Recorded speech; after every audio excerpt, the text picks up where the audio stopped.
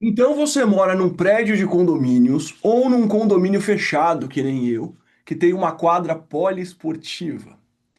Aqui tem dois nesse condomínio que eu moro, mas assim, isso é bastante comum.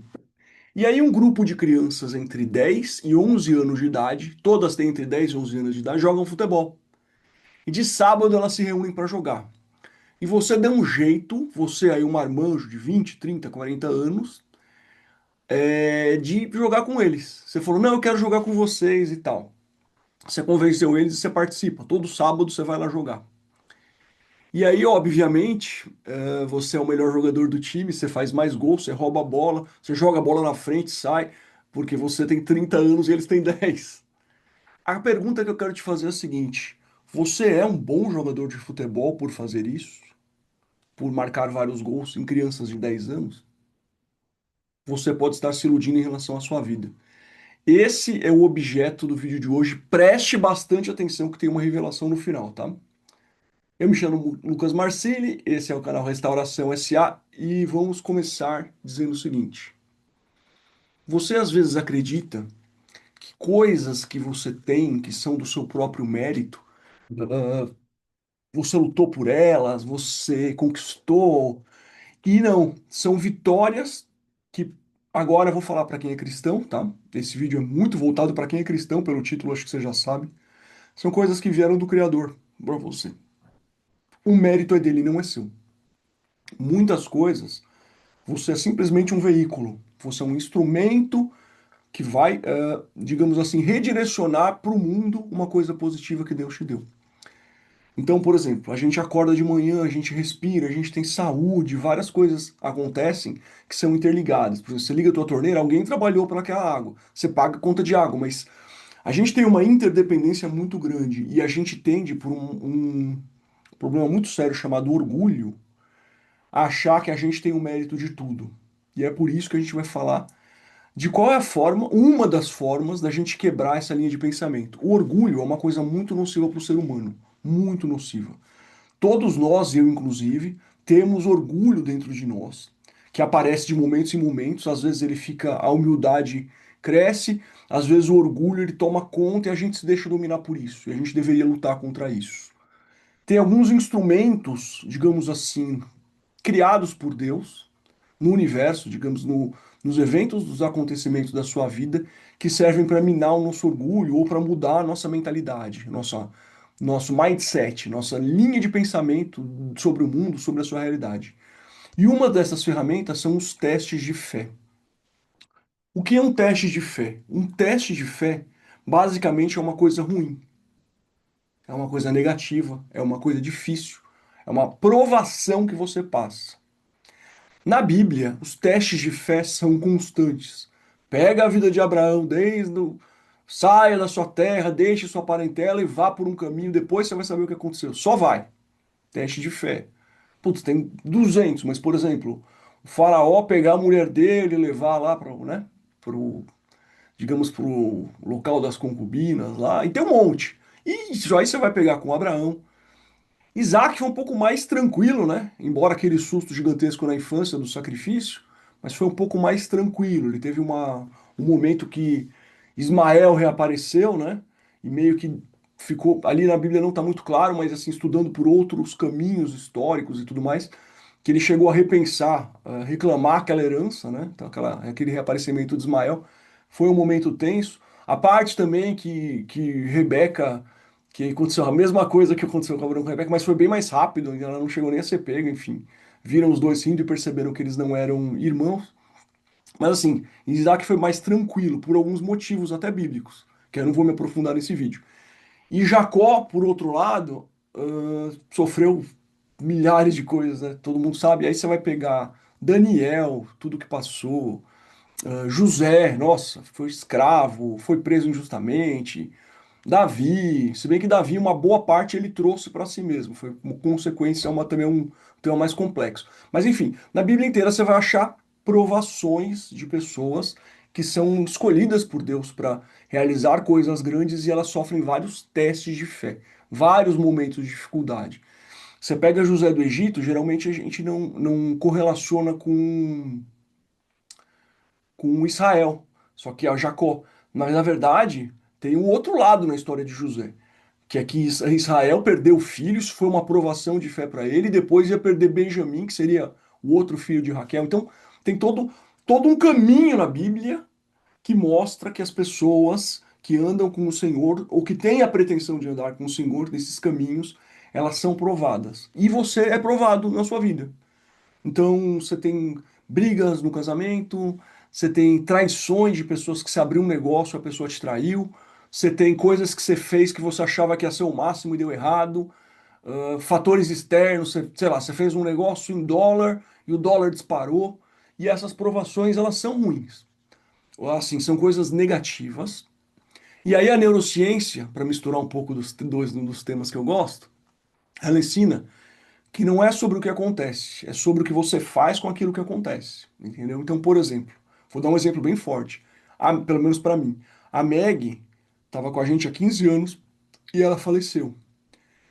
Eu fiquei muito mal. Uma coisa é o impacto. O impacto é natural do ser humano. É impossível você falar, minha fé, eu já vou no automático. Isso para quem tem uma fé já muito forte, já anda com o Senhor há muito tempo, talvez, mas assim, não é o meu caso. Eu perdi ela, a gente ficou todo mundo muito triste aqui. Mas o que que você faz? Ao invés de você deixar sua vida para baixo, triste, lamentando, depois do período de luto, que é uma coisa natural até para o cérebro, para as sensações e para o coração assimilar o luto.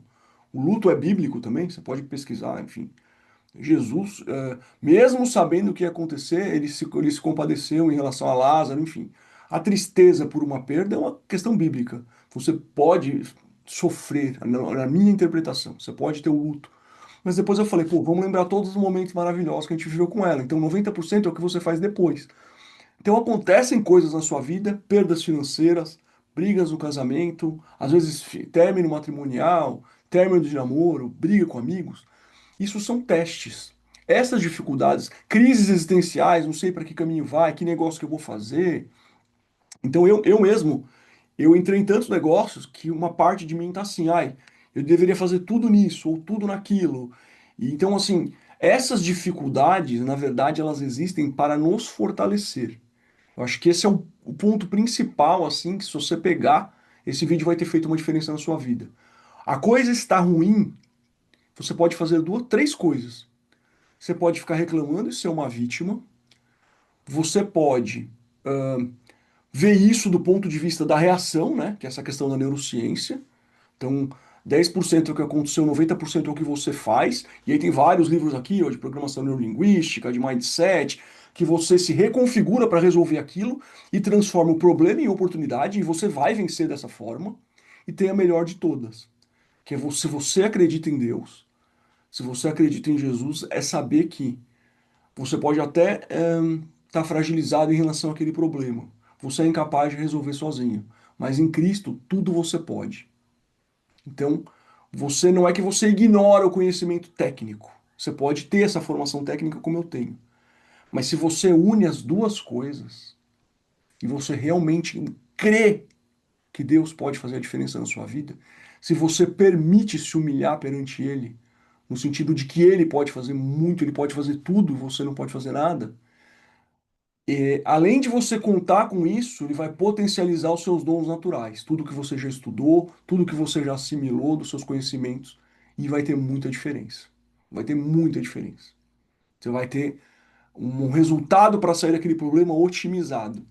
Porém, um ponto importante que eu não posso deixar de falar, tem alguns problemas que você passa e ele não tem solução, e a tua vida segue, e depois você vai por um outro caminho. Sei lá, a pessoa perdeu um emprego que ela gostava, ou perdeu um relacionamento que ela gostava muito, vai.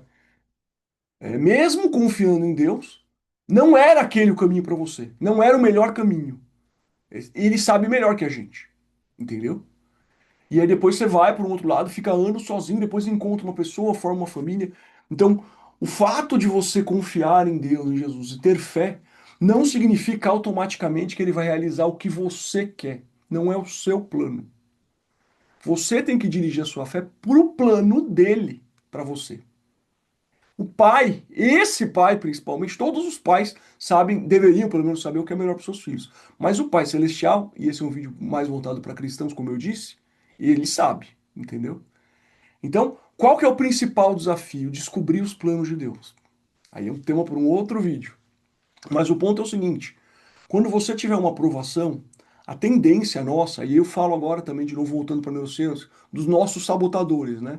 A gente tem autossabotadores, ahn, enfim, de escassez, enfim, o crítico, o racional, aqueles sabotadores que eu já expliquei da teoria do Shirzad-Shammai, tem vários vídeos aí que você pode achar sobre esses princípios de autossabotagem. A nossa mente, ela nos sabota para que aquilo seja ruim, para que aquilo volte a um estado de proteção anterior.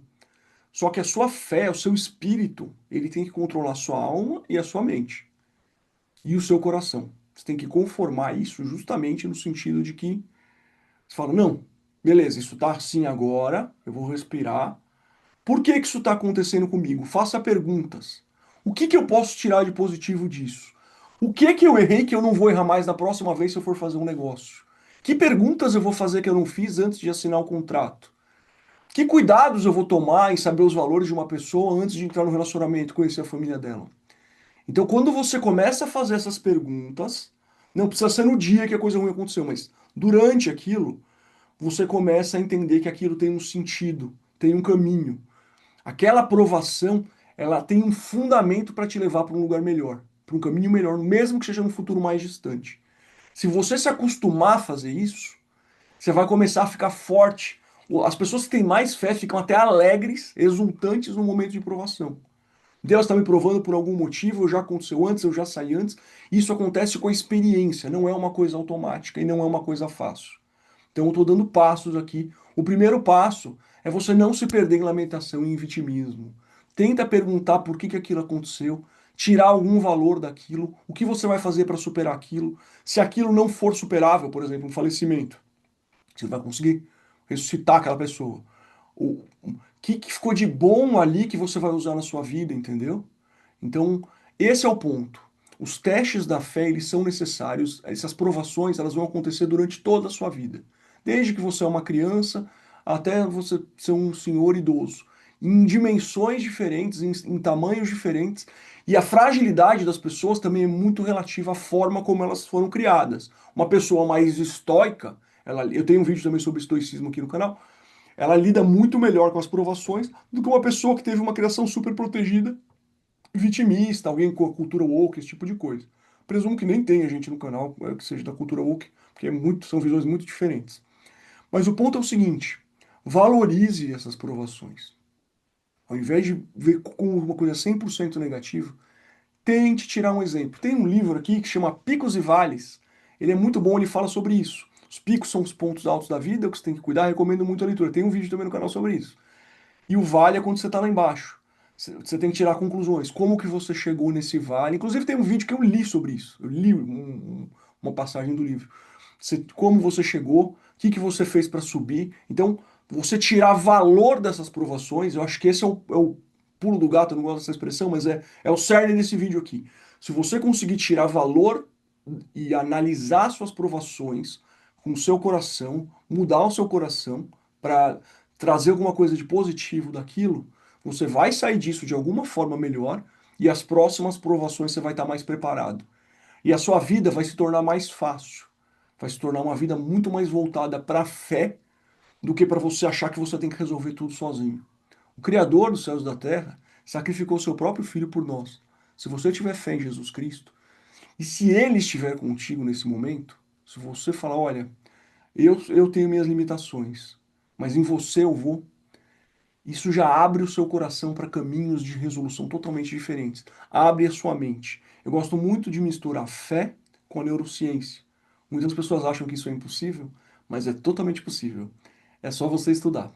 Espero que esse vídeo tenha feito sentido para você. Se você gostou, se inscreve aqui no canal, deixa o seu like e até a próxima. Bom domingo para você.